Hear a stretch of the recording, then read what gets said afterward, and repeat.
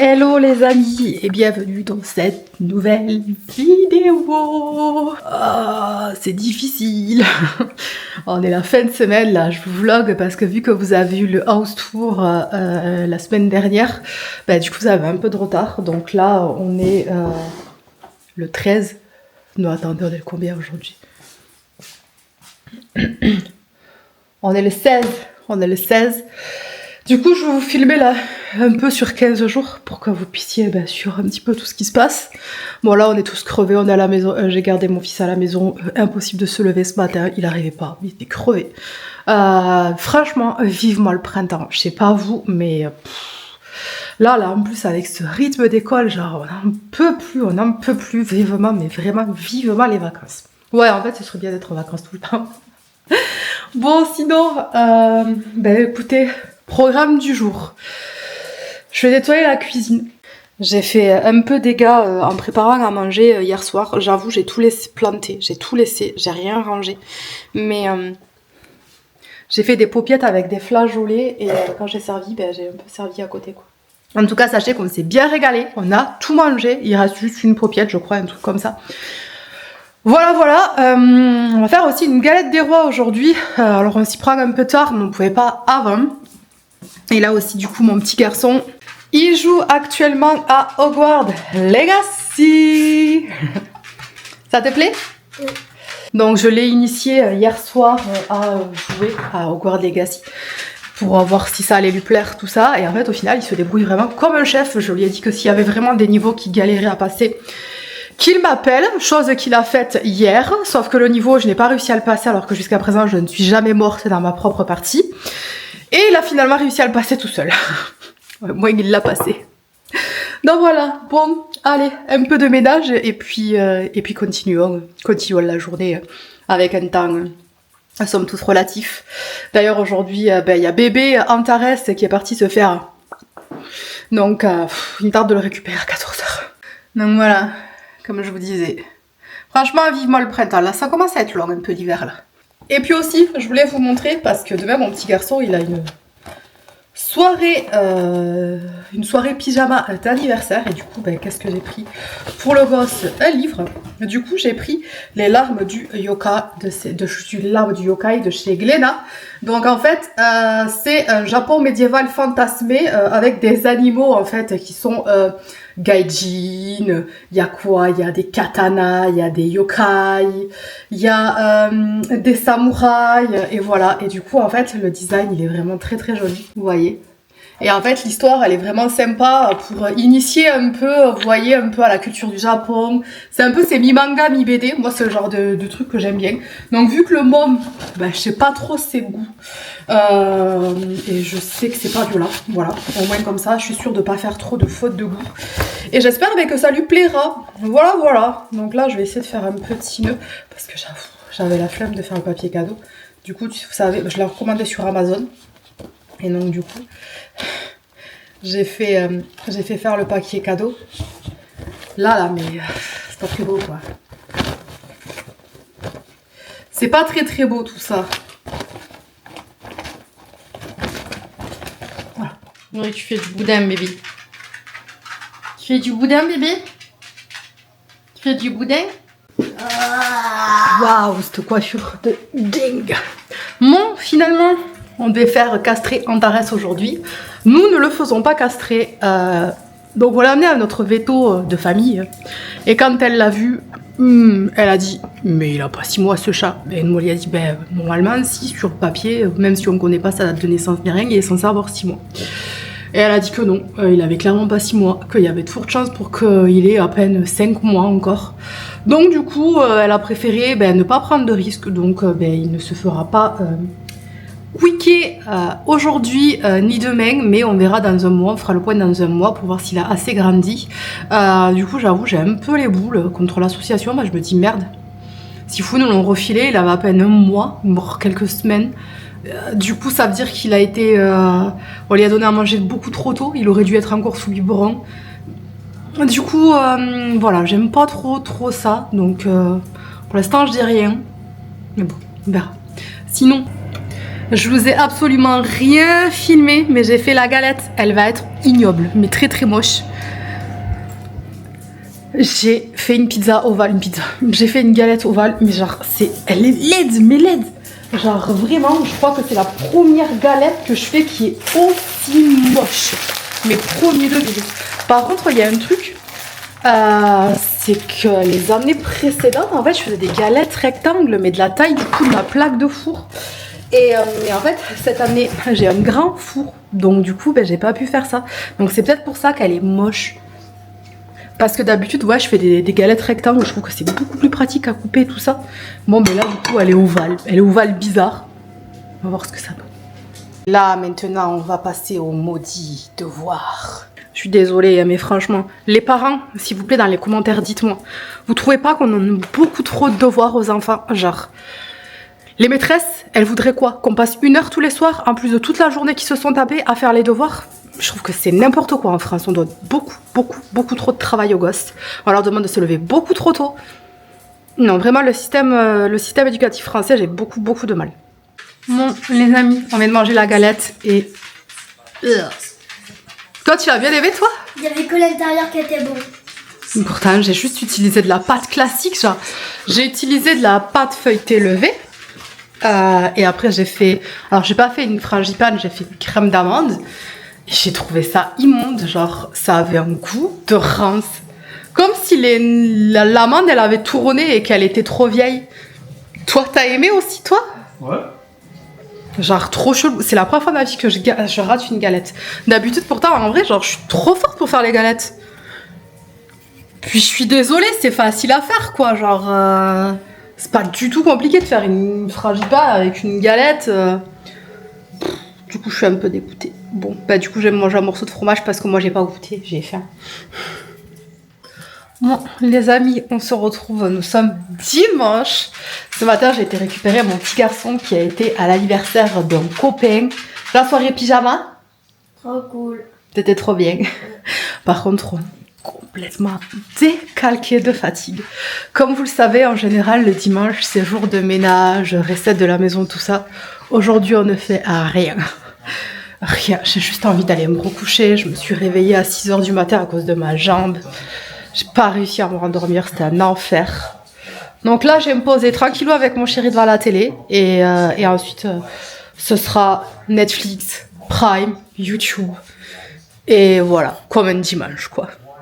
Hello les amis, on se retrouve, on est lundi, il est 9 h. Je viens de rentrer. J'ai emmené mon petit garçon à l'école. Il fait un temps de merde. Il pleut. Je suis crevée. Mon fils est crevé.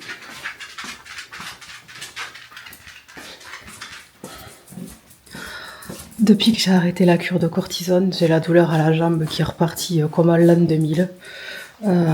Et en plus, maintenant, le pire, c'est que avant, ça m'empêchait pas de dormir. Quand j'étais allongée, ça me soulageait même la douleur. Et là, en fait, ben non. Genre, j'ai mal la nuit maintenant aussi et ça me réveille. Donc, je suis très fatiguée. J'ai l'impression, vous savez, d'avoir un espèce de sommeil fiévreux. Je sais pas trop si vous arrivez à voir un peu ce à quoi ça ressemble, mais je dors, mais je dors pas. Je me réveille, je me re-rendors. Un peu comme si vous aviez la grippe et vous essayiez de dormir. C'est un peu comme ça que je le vois. Donc là, ben, ce matin... J'ai repris un peu une cure de vitamines à top forme parce qu'il faut absolument que j'arrive à dormir. Il faut que je dorme, les gars, il faut que je dorme. Genre, c'est un enfer pour emmener mon petit garçon à l'école le matin, à se réveiller, tout ça. Genre. Oh là là, quelle horreur. Mais en fait, le problème qu'il y a, c'est que j'arrive pas à trouver, à ne plus avoir mal. Donc, ça me déprime un peu et je crois que ça y est, on peut le dire. Je pense que je commence à faire une petite dépression saisonnière. Je pensais que j'allais y échapper cette année parce que j'étais trop occupée avec mon cerveau par rapport à ma jambe et tout. Mais en fait non, on peut avoir du coup une douleur physique et en même temps avoir une petite dépression, voilà, petite dépression saisonnière. Donc on essaie de relativiser, de se dire qu'on a vécu mais tellement pire. C'est très bizarre, c'est très paradoxal ce que je vais vous dire, mais en gros quand moi ça va pas, vraiment, hein, quand ça va pas, je me dis, mais meuf, genre, t'as survécu à ZF, t'as survécu aux attentats de Mera, parce que ouais, j'ai vécu ça, les gars. j'ai vécu du coup AZF, l'explosion de l'usine AZF. Alors ça par contre c'est un gros traumatisme quand même. C'est un très gros traumatisme parce que j'étais jeune, j'étais au collège, on s'est pris le souffle en pleine à la gueule. J'avais perdu ma sœur, les parents pouvaient pas venir nous chercher à l'école, mon père était en plein centre-ville, du coup il était pile poil là où ça avait le plus pété. Après j'ai connu du coup les attentats de Mera le deuxième jour quand il était à Toulouse, du coup du côté de l'école juive. J'étais chez une copine à cette période-là qui avait un petit garçon et du coup on avait dû se confiner dans la salle de bain. J'avoue, je suis pas trop traumatisée de cette journée, je pense que mon cerveau a pas mal effacé le stress, je pense, ça a pas mal effacé. Par contre, je suis capable de vous redessiner le carrelage de sa salle de bain avec tous les défauts qu'il y avait dessus, genre c'est un truc de barjo. Donc je me dis, putain, genre meuf, genre t'es une warrior, t'es une putain de survivante, genre t'as survécu à repartir de zéro, t'as survécu à une pandémie aussi, on est la génération pandémie. Puis y a pas que ça, puis genre il est arrivé tellement des dingueries dans ma vie. Genre la dernière en date, c'est la fois où j'ai cru que je faisais un peu s'enlever. Ça va raconter, c'est n'importe quoi. Va falloir que je raconte ça, mais ouais, une fois, là, mais récemment, hein, c'était...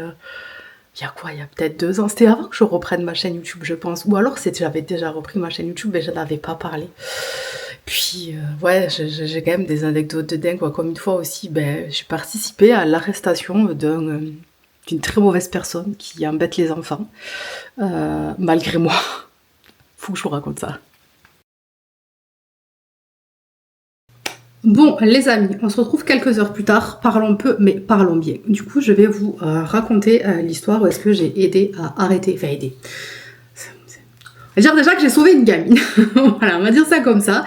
Alors, concrètement, je m'en souviens très bien, c'était au printemps 2017. Mon petit garçon avait 1 an. Je revenais d'un rendez-vous. Alors ça, par contre, je me souviens plus de rendez-vous. Où est-ce qu'on était? Mais du coup j'étais avec le papa de mon petit garçon dans la poussette, on était à Montauban et il était 16h30, 17h et du coup on se baladait, on revenait à pied dans le centre-ville et tout comme ça. Et à un moment donné on passe devant un arrêt de bus. On passe devant un arrêt de bus, mais vous savez c'est sur les trottoirs, en centre-ville, il n'y a pas forcément de cabane ni rien, vraiment un arrêt Et puis on est en train de discuter et tout, puis notre attention a été attirée par un homme très très grand qui était habillé avec une espèce de débardeur un peu blanc, cassé, beige, un peu sale. Je veux pas dire l'archétype du pervers, mais c'était un peu ça. C'était vraiment un peu l'archétype du pervers. Et en fait, il parlait penché auprès d'une petite fille qui avait une dizaine d'années, qui était en 6e. Et on est passé une première fois. Et on s'est arrêté quelques mètres plus loin, un peu sidéré. Et on s'est regardé avec le papa de mon fils. On s'est regardé. Et là, on a fait... bizarre. Donc on est reparti en arrière, on a reculé. Là, on s'est regardé, on a regardé un petit peu la scène et en fait, ce monsieur est en train de parler à cette fille. Donc on trouvait ça très bizarre parce qu'il était un peu insistant, il était assez proche d'elle, assez collé, tout ça. Et ça nous a pas plu. Il y avait une vibe qui était vraiment chelou, mais vraiment chelou. Du coup, on a décidé, donc comme un accord, que du coup, le papa de mon fils avec mon fils restait un peu en retrait et que moi, j'allais y aller en tant que femme, peut-être pour moi, elle se l'effrayait à elle. Et je voulais pas non plus faire une grande esclandre parce que peut-être que c'était son papa ou son oncle, ou voilà, on ne sait jamais. Je n'ai pas envie d'afficher les gens parce que physiquement, il y a quelque chose de bizarre qui émane d'eux et que la situation était un peu chelou. Sachant qu'il y avait du monde à cet arrêt de bus. Il y a personne qui réagissait. Donc je m'approche, je fais genre comme quoi que j'attends le bus. Puis je l'entends lui parler. Et en fait, il lui parlait avec une petite voix comme ça. Et tu t'appelles comment? Et t'habites où? Et tu fais quoi? Puis là, je fais excuse-moi. Et là, je parle à la petite fille. En fait, j'ignore complètement le monsieur. Je fais excuse-moi. Je lui fais mais le monsieur là, je lui fais tu le connais? Et là, elle me regarde, elle me fait non. Je lui fais mais il t'embête là quand même, le monsieur, non? Et là, elle me regarde un peu gênée en mode bof quoi, je sais pas trop quoi dire, quoi faire. Et j'ai dit salut, je lui dis. Du coup, je me présente, je suis Julia. Je lui fais regarde là-bas, il y a derrière là. Je fais il y a mon mari et il y a mon petit garçon dans la poussette. Je lui dis, est-ce que tu veux qu'on attende le bus avec toi? Oh non, c'est bon et tout. Et là, le mec, il s'est barré. Mais vraiment, à mode, il s'est barré. Mais, alors, je sais pas trop comment. Je pense qu'il y avait un peu de sidération aussi de ma part et de la part un peu de tout ce qu'il y avait. Parce que j'étais là, genre, en mode, mais c'est pas possible. Il y a vraiment ça qui est en train de se passer. Donc du coup, je suis restée avec la petite fille, on a discuté, tout ça, et j'ai dit, mais tu sais, faut faire attention quand même, les inconnus. Je lui dis, bon, moi je te parle, je suis une inconnue, mais t'inquiète pas, je te veux vraiment pas de mal. Je dis, mais vraiment, là, ce soir, là, je fais, tu rentres dans le bus, je fais, tu rentres directement chez toi et tu en parles à ta maman et ton papa. Je lui dis, tu restes pas comme ça, je lui dis, par rapport à ce monsieur. Donc elle me dit d'accord, donc du coup on continue de papoter, de la pluie du bout de temps, tout ça, donc voilà, on attend le bus avec elle, je lui dis au revoir, et après sur le chemin du retour en rentrant chez moi, je fais merde quand même, j'aurais pu au moins lui laisser mon numéro de téléphone, que si jamais sa maman et son papa voulaient me contacter, qu'ils puissent me contacter. Bref, de toute façon, quand il y a des choses comme ça qui se passent, vous réfléchissez à plein de trucs après et vous vous rendez pas compte en fait sur le moment de tout ce que vous auriez pu faire qui aurait été encore mieux que ce que vous avez déjà fait. Et donc là, on rentre chez nous. Un peu, encore une fois, un peu sidéré, en mode putain, on vient vraiment de vivre un truc super chelou. Et à l'époque, en fait, j'étais super active sur Instagram parce que j'avais un blog qui marchait quand même pas mal. Et du coup, je décide d'en parler de cette histoire sur Instagram. J'ai encore les archives de story. Putain, j'étais tellement jeune et fraîche. Et du coup, je décide d'en parler auprès de ma communauté. Et là, quoi, genre 10 minutes après avoir lancé la story, j'ai reçu une dizaine de messages en mode tu devrais faire un signalement à la gendarmerie, tu devrais faire un signalement à la gendarmerie et tout. Et puis moi, j'étais ah ben non, je vais pas les emmerder juste pour ça, il y a rien eu, c'était chelou. Enfin, c'est juste mon impression à moi de maman et du coup, ben, du papa de mon fils qu'on avait trouvé ça très très bizarre cette situation et qui en fait n'était pas normal. Un homme comme lui n'avait pas à parler à une petite fille comme ça et lui poser des questions aussi personnelles. Donc du coup, on s'est décidé d'appeler la gendarmerie. Donc on a appelé la gendarmerie, on leur a dit voilà, on est monsieur, madame, à telle heure, à tel endroit, voilà la scène qui s'est passée. Donc ils nous ont dit, bah, écoutez, venez au poste et vous allez faire une main courante. Donc c'est comme une déposition, on appelle ça comme ça, c'est-à-dire qu'on signale juste un fait, mais il n'y a pas de plainte derrière ni rien, c'est juste un signalement de fait. Donc on y va, on explique, on décrit le monsieur, tout ça, donc les flics ils prennent ça mais hyper au sérieux, à un moment donné choc-barre, mais vraiment choc-barre, et ils nous disent, ben ok, pas de problème, bon après on n'était pas tenu au courant de la suite, parce que c'était une main courante et que ça ne nous regardait absolument pas. Moi j'avais pas le nom de la petite fille, j'avais juste une heure, voilà, comme j'ai dit, je pense qu'elle doit être à ce collège là, parce qu'il y a le bus qui sort à cette heure là, mais voilà, c'était que des suppositions. Et voilà, on est repassé plusieurs fois, on l'a jamais recroisé, que ce soit lui ou elle, voilà, un peu bizarre. Et quelques mois après, alors attendez, je regarde juste parce que j'avais... Bon, c'était pour les devoirs de mon petit garçon, ça m'agace, bref, on en parlera une autre fois dans une autre vidéo parce que là, il y a beaucoup trop de choses à parler. Bref, et du coup, ben, nous on oublie un peu cette histoire, on fait notre vie et tout, et genre quoi, 7 mois plus tard, un truc comme ça, on apprend en fait qu'il y a un mec qui a été arrêté dans un quartier de Montauban parce que en fait il avait cherché à enlever une gamine à la sortie du bus. Et en fait la description du gars correspondait 100% à la description qu'on avait donnée en fait aux flics. Donc je ne sais pas si on a aidé à son arrestation, mais en tout cas on a signalé le comportement d'un homme qui était suspect et qui n'était clairement pas normal vis-à-vis d'une enfant. Et j'espère que ben, grâce à ça déjà la petite fille déjà elle a pas eu de problème et qu'elle va bien aujourd'hui et que au moins peut-être que les flics ils ont peut-être fait le recoupement en disant hey, c'est pas la première fois qu'on entend parler de lui. Voilà ce qui s'est passé aujourd'hui, voilà ce qui s'est passé du coup pour ça, c'est une anecdote de fou malade et c'est vrai que quand j'en parle les gens ils sont là genre en mode ah ouais putain c'est un truc de barjot parce que tu sais pas comment tu pourrais réagir dans cette situation et nous on a essayé de faire de notre mieux mais c'est pas forcément non plus la meilleure des choses qu'on ait faites, bref voilà un petit peu cette anecdote là. Deuxième anecdote, la fois où j'ai failli me faire enlever. Alors je rigole parce que la conclusion est vraiment très très drôle. Mais sur le moment, c'était pas très très drôle. Donc j'habitais dans mon ancien village que vous connaissez. Voilà, genre il y avait personne. C'était un petit village de campagne. Et l'après-midi, j'avais tendance à prendre mon téléphone, appeler ma mère et en même temps promener ma chienne. Et du coup, ce jour-là, je me baladais comme ça avec ma chienne, patati patata, et en fait, il y a une voiture qui a commencé à me suivre. Et moi du coup, je me décale sur le côté pour la laisser passer. La voiture ne me double pas. Donc j'étais au téléphone avec ma mère, et puis là, je fais attends maman et tout, il y a un truc bizarre qui se passe et tout, là, genre il y a une voiture, je crois qu'ils veulent me demander un truc et tout. Et là, je me retourne comme ça, mais juste discrètement, enfin, je me retourne discrètement, non, je me retourne, genre on me voit que je me retourne. Et là, je vois, et il y a 3 mecs dans la bagnole. Mais vous savez, un peu typé russe, tu vois, des gars de l'Est, tu vois, genre les mecs, tu les croises, tu veux pas des problèmes avec eux, tu vois, vraiment, tu veux pas des problèmes avec eux. Et là, j'entends une porte qui s'ouvre. Mais les mecs, ils me parlent pas, ils me disent rien. Et je sais pas pourquoi, j'ai commencé à psychoter, je me suis dit putain, ils veulent m'enlever, ils veulent m'enlever. Et là j'étais au téléphone avec ma mère, je fais mais attends, mais il y a des mecs et tout, ils sont trop bizarres, je crois qu'ils cherchent à me prendre dans la voiture et tout. Et ma mère était mais cours, mais crie et tout. Mais j'étais là mais bon maman, mais il y a personne. Donc finalement j'arrive à avancer plus vite en mode genre, tu vois, j'étais toujours au téléphone en mode genre t'inquiète, ils me suivaient, mais je faisais genre je les avais pas capté que, tu vois. Mais je traçais ma route et du coup j'ai pris des petits chemins de traverse avec ma chienne pour essayer de me planquer et pour être sûre, pour voir s'ils me suivaient ou pas. Et du coup je me suis planquée, je me suis cachée derrière un mur, les mecs ils me cherchaient. Les mecs ils me cherchaient. Et là j'étais au téléphone avec ma mère, j'étais à maman, Galette, je sais pas quoi faire et tout. Elle était là, mais je veux pas raccrocher. J'étais là, mais oui, mais faut que j'appelle les flics, faut que je fasse quelque chose. Je dis, qu'est-ce qui se passe et tout. Elle me dit, mais cours, mais crie et tout, va taper aux portes. Je fais, mais maman, je suis perdue dans la campagne, dans le trou du cul du monde. Je dis, y a personne, si je hurle, y a personne qui va venir, y a personne qui va sortir. Et là, elle me dit, mais non, tu peux pas rester là et tout. Et là, les gars, ils captent où je suis et ils reviennent vers moi. Du coup, je suis partie et tout, et je marchais dans le village et tout, j'essayais d'emprunter les endroits où est-ce qu'ils pouvaient pas passer. Non, mais c'est ridicule. Et ma chienne, elle était là, elle essayait de faire pipi, de renifler, puis je la tirais, elle était genre, je comprenais rien de ce qui se passait. Et là, au bout d'un moment, en fait, je sais pas si vous vous souvenez, pour ceux qui suivaient ma vidéo, enfin ma chaîne à l'époque. En fait, j'étais dans mon village, au centre-ville de le village, il y avait une usine, en fait, qui faisait du vin. Et du coup, c'était la récolte du vin, il y avait plein d'ouvriers étrangers qui étaient là et qui aidaient. Donc, ils pipaient pas un mot de français. Et ma mère, elle me dit, c'est pas grave, vas-y. J'étais là, mais ils comprennent rien, moi. Et elle me dit, c'est pas grave, tu fonces dans le tas. Et du coup, je suis arrivée, je me suis foutue au milieu de tout avec ma chienne. Et les mecs, ils sont passés derrière, là, comme ça, derrière moi, parce qu'en fait, la rue, ça faisait un T, quoi. Et du coup, moi, je me suis engagée dans cette rue et j'ai rejoint les ouvriers ici. Et là, les gars, ils sont passés là. Et quand ils ont vu que, du coup, j'étais bloquée avec les ouvriers, mais les ouvriers, ils me regardaient, genre, en mode, qu'est-ce qu'elle a, cette folle, tu vois. Et moi, j'étais là, genre, et j'étais au téléphone avec ma mère, j'étais là, c'est moi, je suis avec les ouvriers, je sais pas quoi faire.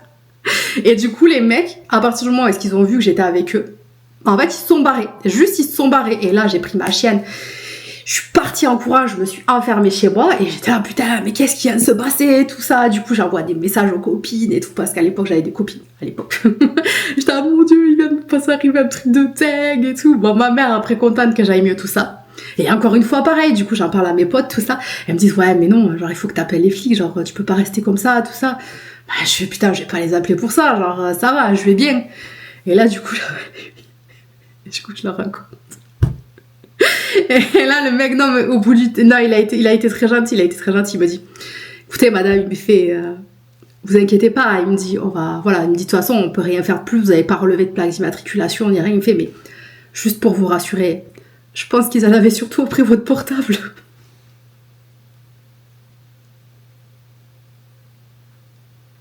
Et moi, j'étais là, ah mais oui. Mais non, mais vous voyez le level de psychopathe, enfin de psychopage quand on est une femme quand même. Tout de suite, la première des choses à laquelle j'ai pensé, c'est ils vont m'enlever moi, quoi. Alors que non, en fait, ils voulaient probablement, même 99% de chances qu'ils veulent juste me tirer le portable, en fait. Parce que j'étais clairement au téléphone avec ma daronne, en mode la il y avait personne dans les environs, voilà, quoi. Et donc du coup ça me fait marrer parce que j'avoue que quand je la raconte cette anecdote, les gens ils rigolent parce qu'ils sont là en mode oh ouais et tout, un truc de dingue, et à la fin ils rigolent, ils se foutent de ma gueule en mode mais putain mais oui c'est logique, c'est pas toi, c'était le téléphone qui voulait. Bref, voilà, du coup c'était mes deux story time, une pas très rigolote mais qui je pense est quand même importante, même si vous pensez pas, même si vous savez pas trop quoi faire, faites. Voilà, vous pourrez jamais faire mal. Si par exemple le monsieur ça avait été quelqu'un de sa famille et tout, je me serais excusée, j'aurais dit bah, excusez-moi, c'est juste que la scène de l'extérieur, voilà, ça m'a fait un peu peur, mais c'est juste parce que je suis baba, je psychote peut-être, voilà, bonne journée, au revoir, prenez soin de vous, et ça serait arrêté là. Mais clairement je vous regrette pas. Et la deuxième, c'est juste parce que c'est marrant, parce que c'est vraiment qu'à moi qui m'arrive des trucs comme ça. C'est très drôle. Voilà. Allez, sur ce les amis, je vous dis à plus tard. Et puis la semaine file, les jours se suivent et se ressemblent, noyés dans cette grisaille hivernale qui semble ne jamais s'arrêter.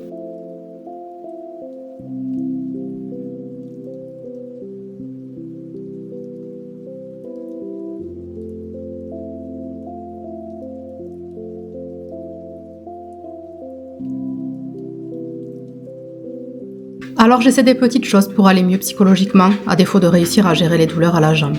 J'allume des lumières d'ambiance, des bougies.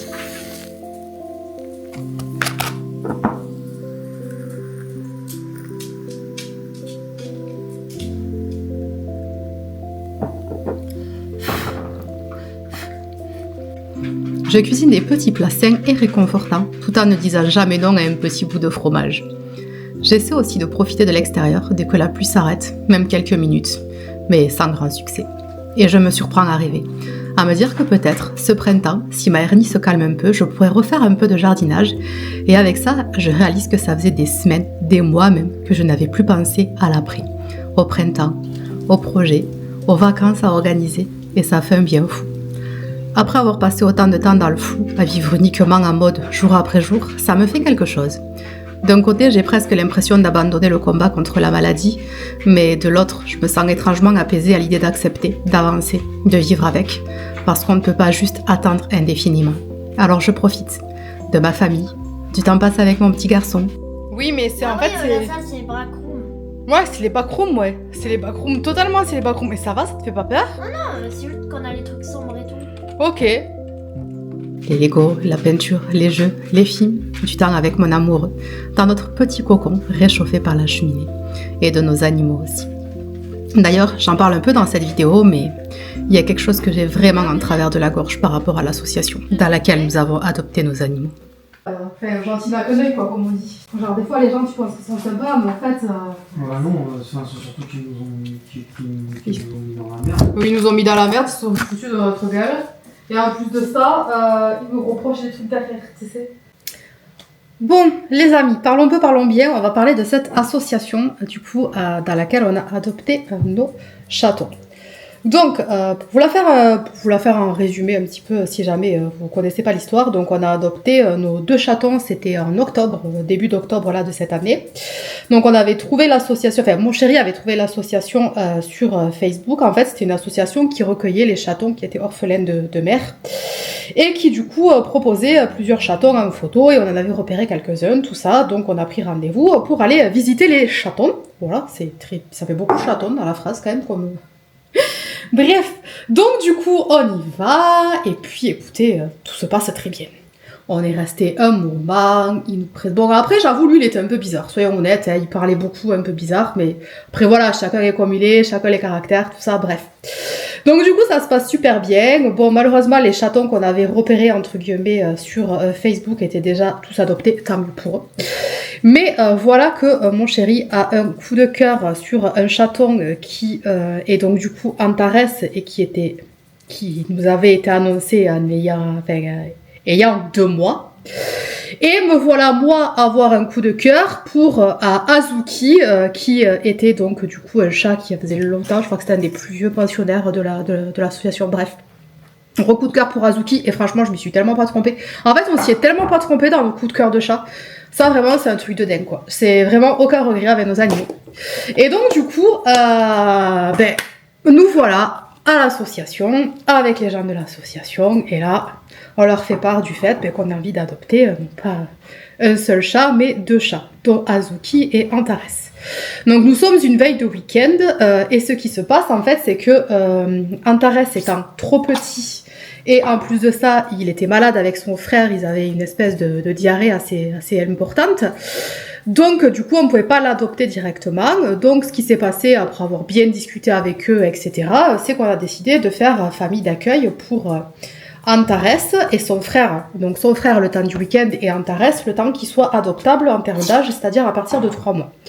Donc il faut savoir que moi je suis une ancienne famille d'accueil. J'ai été famille d'accueil de 2021 à peu près jusqu'à 2024. Ouais c'est ça. Moi non, 2024. Donc j'ai déjà l'habitude, voilà, de m'occuper des animaux, d'avoir les animaux qui viennent, qui partent, je les nourris, je les promène, je les soigne.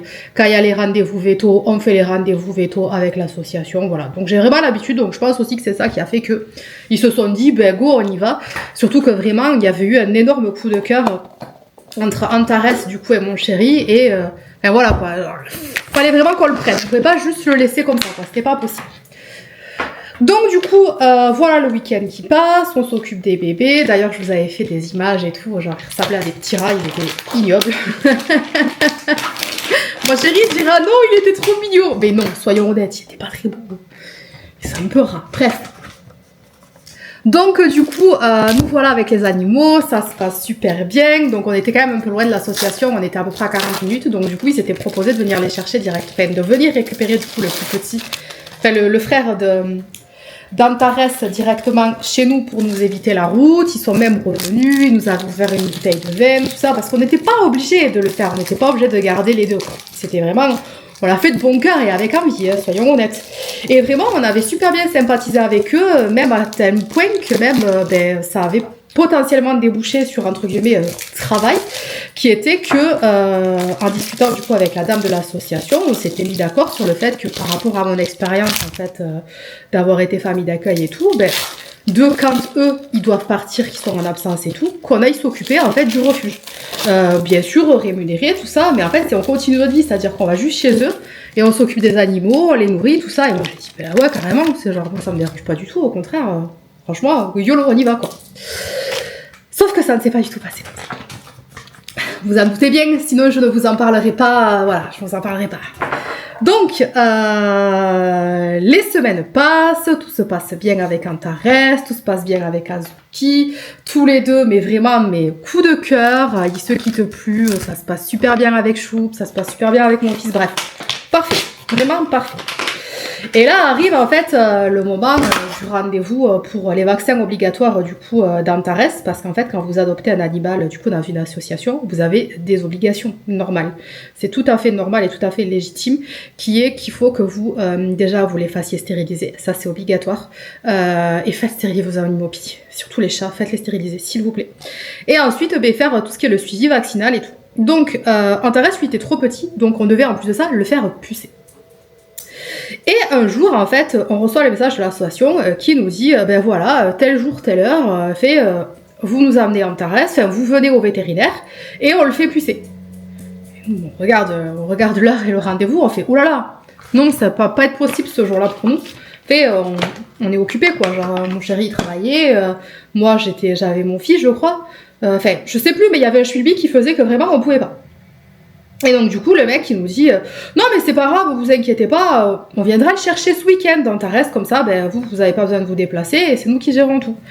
Bon, alors déjà en toute honnêteté, moi ça me faisait chier, j'avais pas envie de me séparer de mon chat, parce que ça y est, il faisait partie de la famille, j'avais pas envie de me séparer de mon chat pendant plusieurs jours, genre vraiment c'était genre niet, hors de question.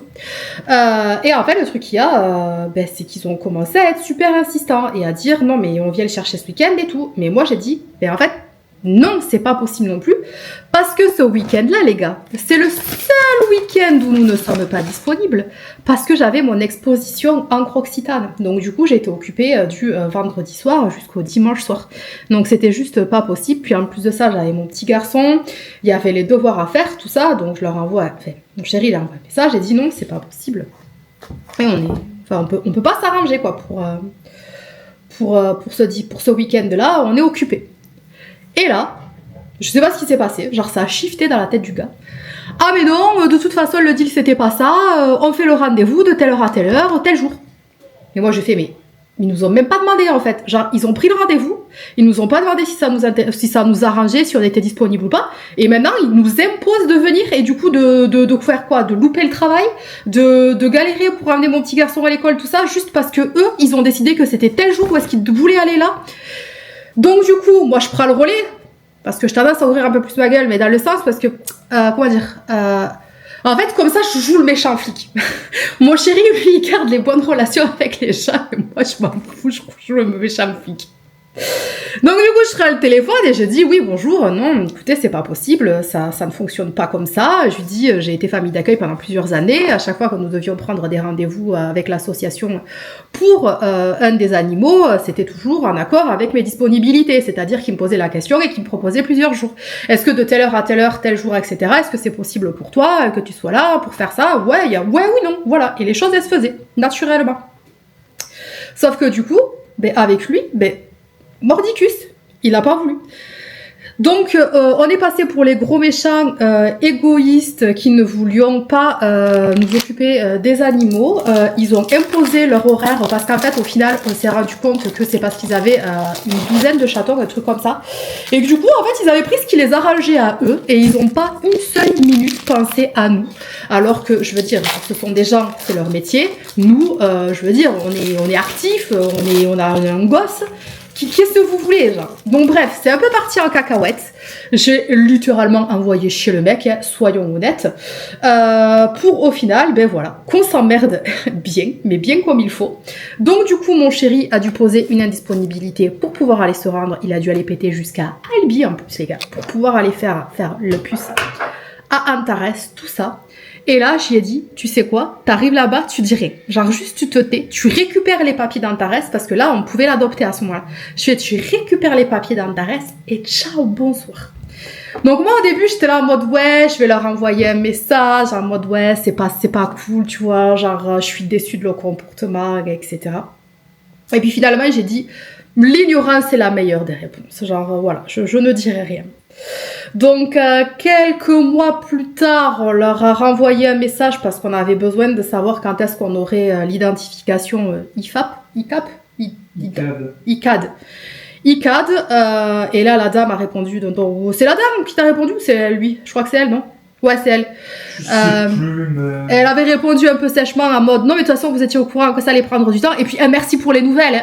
Mais meuf, on n'a pas envie de te donner des nouvelles. Tu nous as foutu dans la merde. Vous nous avez parlé comme de la merde. Vous nous avez pris pour vos boys alors que c'était pas du tout le contrat de base. En plus de ça, on a insisté, on a été super sympa. Mais eux, soi-disant, qui nous proposaient la solution du week-end. Les gars, le seul week-end où on n'était pas disponible de toute l'année. Le seul week-end. Bref. Donc, nous, on les a oubliés. Mais en mode vraiment, genre... Bas les cacahuètes, mais vraiment bas les cacahuètes. Donc ça, c'était fait. Voilà. Donc, revenons maintenant au présent. Donc, nous devions la semaine dernière, du coup, faire stériliser Antares, parce que ça y est, il a 6 mois. Sauf que c'est un petit chat. C'est un petit chat, et quand nous l'avons amené, du coup, à la vétérinaire de famille, du coup, c'est mon compagnon qui a été, la vétérinaire, elle l'a trouvé très petit. Elle y a tâté les baloches, elle a regardé, elle a dit non mais c'est pas possible, ce chat il a pas 6 mois. Et là, mesdames et messieurs, tenez-vous bien, c'est là où je me dis qu'en fait, bon, c'est peut-être fait arnaquer. Alors, est-ce que c'est eux qui se sont fait arnaquer ou pas? Je sais pas, j'ai un peu des doutes. Mais avec le recul, je me rends compte que probablement qu'Antares ne devait avoir que quelques semaines, voire 1 mois, peut-être. Vraiment max, parce qu'il était vraiment petit et surtout ils avaient la diarrhée après avoir mangé les croquettes, tout ça. Donc je pense qu'ils ont récupéré les chats qui étaient beaucoup plus petits que ce qu'ils nous ont annoncé, mais ils l'ont pas dit parce que ben voilà, ça va plus vite quoi, genre on adopte les chats un peu à la chaîne, etc. Et moi je pense à mon avis qu'il y a un peu anguille sous roche. Après voilà, je peux pas le prouver par A plus B, mais avec leur comportement et tout ce qui s'en est suivi, je leur fais plus confiance et je pense qu'ils ont un peu, voilà, ils ont un peu caché la vérité. Donc je pense qu'on s'est retrouvé avec un chaton qui était beaucoup plus jeune que prévu et surtout qui a été, à qui on a levé le lait beaucoup trop tôt. On lui a donné de la nourriture, beaucoup trop tôt. C'est pour ça qu'il était malade en fait. Ça va pas. C'est pour ça qu'il était malade. Donc, je pense, à mon avis, qu'il y a un peu anguille sous roche. Donc, pourquoi est-ce que je vous parle de ça? Ben, déjà parce que ça y est, là, on a un peu fait le tour. Ça y est, maintenant, voilà, on n'aura plus jamais affaire à eux. Si tout va bien. De toute façon, je vois pas pourquoi on aurait besoin de faire à eux. Nos chats sont à nous. Ils nous appartiennent. Ils font partie de la famille. Mais méfiez-vous déjà. Mais moi, je sais pas, je suis trop bonne aussi, je pense. Mais méfiez-vous déjà, méfiez-vous des associations comme ça. Alors, elle a pignon sur rue, l'association. Il n'y a pas de, voilà, il n'y a pas de trafic ni rien. Mais méfiez-vous parce que vraiment, les animaux comme ça, surtout les bébés, les gens, ils sont pas clean. Les gens, ils sont pas clean et des fois, on ne sait pas trop ce qui peut se passer. Donc voilà un petit peu la conclusion de l'adoption de nos chatons, qui se résume bien sûr par 2 chouettes, très très chouettes animaux que nous aimons de tout notre cœur et qui font désormais partie de notre famille et qui se sont super bien intégrés. Mais clairement, si c'était à refaire, on passerait pas par eux, quoi. C'est vraiment un peu du foutage de gueule. Bref, voilà, c'était la conclusion de ma vidéo du jour, parce que les gars, elle va Mais alors là, par contre, elle va durer de chez durée. Et moi, j'en ai profité comme ça, j'ai terminé de faire mes croque-monsieur. Du coup, je suis tranquille jusqu'à ce soir au moment du repas. J'espère en tout cas que cette vidéo vous aura plu. N'hésitez pas à me dire si vous aussi vous avez des mauvaises expériences ou alors des anecdotes comme ce que je vous ai raconté plus tôt dans la vidéo. Genre des trucs un peu what the fuck qui vous est arrivé. Genre vraiment, genre ça m'intéresse. Clairement, ça m'intéresse. Allez, je vous fais des bisous, prenez soin de vous. Et à la prochaine. Ciao. Elle est la même pleine de fromage.